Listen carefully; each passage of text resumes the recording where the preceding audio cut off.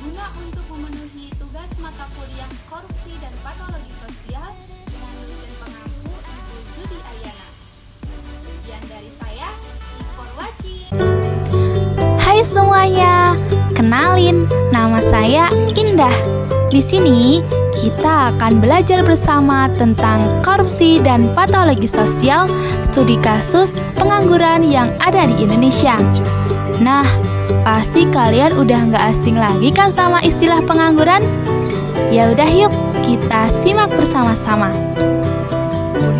Pengertian pengangguran menurut Naga adalah suatu keadaan di mana seseorang yang tergolong dalam kategori angkatan kerja tidak memiliki pekerjaan dan secara aktif tidak sedang mencari pekerjaan. Kemudian ada peraturan perundang-undangan yang mengatur mengenai pengangguran. Yang pertama yaitu ada Undang-Undang Nomor 11 Tahun 2020 tentang Cipta Kerja.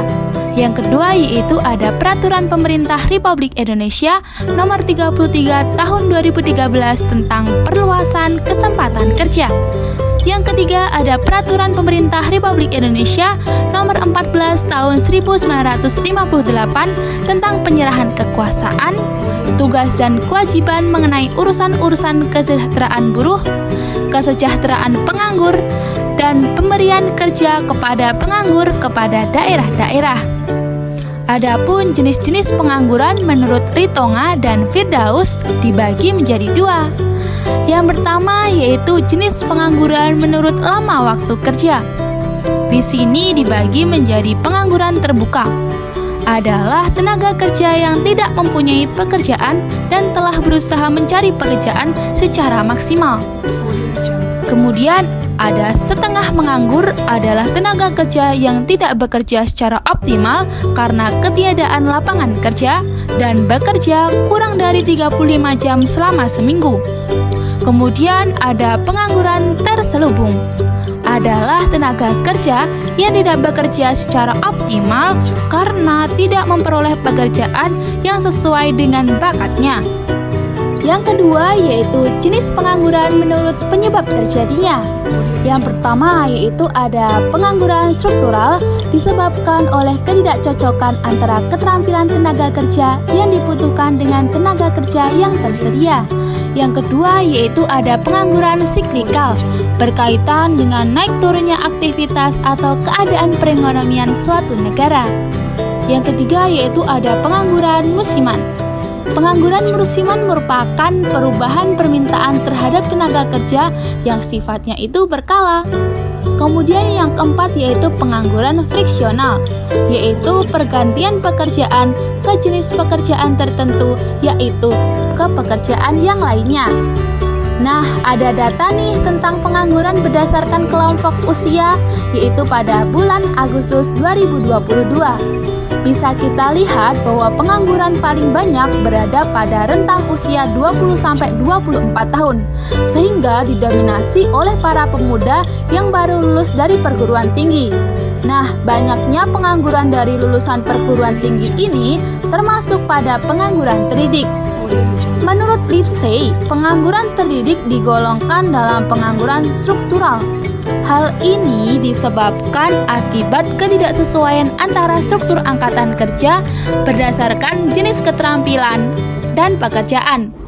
Nah, biar lebih jelas lagi, ada kasus nih tentang pengangguran terdidik, yaitu salah satunya dari lulusan Universitas Padjadjaran yang berinisial AD.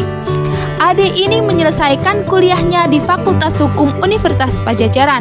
Nah, setelah lulus, AD ini mencoba mengikuti tes CPNS, namun ternyata gagal. Nah, sejak mengalami kegagalan ini, AD menjadi pesimis untuk mengikuti seleksi karyawan lainnya. Bahkan, setelah AD berkeluarga pun, dia masih bergantung dengan kedua orang tuanya. Nah, nggak hanya itu, ada berita juga nih tentang pengangguran terdidik di Indonesia, di mana sebanyak 12% pengangguran di Indonesia didominasi oleh pengangguran terdidik. Sungguh miris ya teman-teman.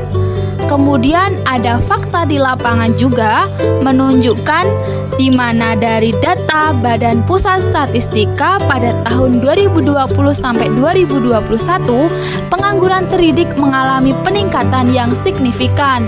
Waduh, sungguh miris juga ya. Sehingga dapat ditarik garis besar dari masalah pengangguran terdidik, mereka itu merasa gagal dan kurang mampu mengembangkan soft skill dan hard skill yang dimiliki saat kuliah, sehingga membuat mereka lebih memilih untuk bergantung pada orang tuanya. Menurut Rahmawati dan Hadi Wiono dalam Astuti, salah satu faktor penyebab dari masalah pengangguran terdidik yaitu perguruan tinggi dalam menyiapkan lulusan siap pakai itu belum berfungsi sebagaimana mestinya, serta kurangnya lapangan pekerjaan yang tersedia. Sehingga dapat ditarik kesimpulan faktor penyebab dari masalah pengangguran terdidik di atas adalah perguruan tinggi untuk menyiapkan lulusan atau tenaga kerja yang siap pakai itu belum berfungsi sebagaimana mestinya, sehingga lulusan sarjana itu belum mempunyai soft skill dan hard skill yang mumpuni untuk dapat berjuang melamar pekerjaan, bahkan bersaing dengan tenaga kerja lulusan sarjana lainnya, serta kurangnya lapangan pekerjaan yang sesuai dengan latar belakang pendidikan yang ditempuh saat kuliah akan menimbulkan banyak pengangguran terdidik yang ada di Indonesia. Nah, dari masalah tersebut, menurut Carlson, dapat berakibat negatif pada diri pengangguran terdidik, yaitu mereka akan merasa stresor. Dan dampak secara nyata yang didapatkan diri sendiri yaitu mereka akan merasa cemas dengan tidak mempunyai rasa percaya diri. Mereka akan merasa dirinya selalu gagal dalam segala hal, bahkan sampai mereka antisosial, yaitu tidak ingin bergabung dengan masyarakat lainnya. Adapun dampak sosial yang dirasakan oleh masyarakat yaitu dapat mengganggu taraf kesehatan keluarga dari pengangguran terdidik tersebut. Hal tersebut juga akan menimbulkan ketergantungan terhadap orang tua sehingga menambah jumlah angka kemiskinan yang ada di Indonesia. Bahkan pengangguran terdidik apabila kekurangan dalam memenuhi kebutuhan sehari-harinya dikhawatirkan sampai akan melakukan tindakan kriminal. Nah, dari berbagai dampak perilaku pengangguran terdidik apabila tidak segera diatasi akan menyebabkan perilaku yang menyimpang dari norma, sehingga merusak tatanan kehidupan serta akan merugikan masyarakat secara luas. Sehingga perlu berbagai solusi yang dilakukan, yaitu mulai dari diri sendiri, yaitu dengan memiliki rasa percaya diri untuk bangkit dengan mendirikan usaha dari ilmu yang didapat semasa kuliahnya. Tidak hanya itu, lulusan sarjana juga dapat menggerakkan semangat usaha mereka melalui kerjasama dengan masyarakat sekitar dengan mendirikan UMKM. Nah, pemerintah juga memiliki andil yang besar nih dalam mengatasi pengangguran terdidik. Salah satunya yaitu dengan perluasan program jaminan sosial ketenagakerjaan. Perguruan tinggi juga dapat memberikan solusi, yaitu dengan lebih memaksimalkan untuk menciptakan calon tenaga kerja yang lebih berkualitas untuk siap dipakai dalam dunia pekerjaan. Nah, tidak lupa nih ada daftar pustakanya ya teman-teman. Kita udah lama ya diskusinya teman-teman. Mungkin cukup sekian ya teman-teman diskusi kita hari ini. Semoga dari hasil belajar kita bersama ini akan menjadikan motivasi kita untuk tetap berusaha dalam memperluas lapangan pekerjaan agar dapat mengurangi masalah sosial berupa kemiskinan dan kriminalitas.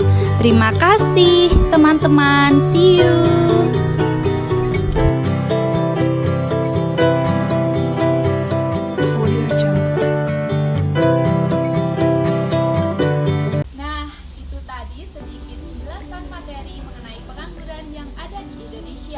Mungkin cukup sekian ya diskusi kita kali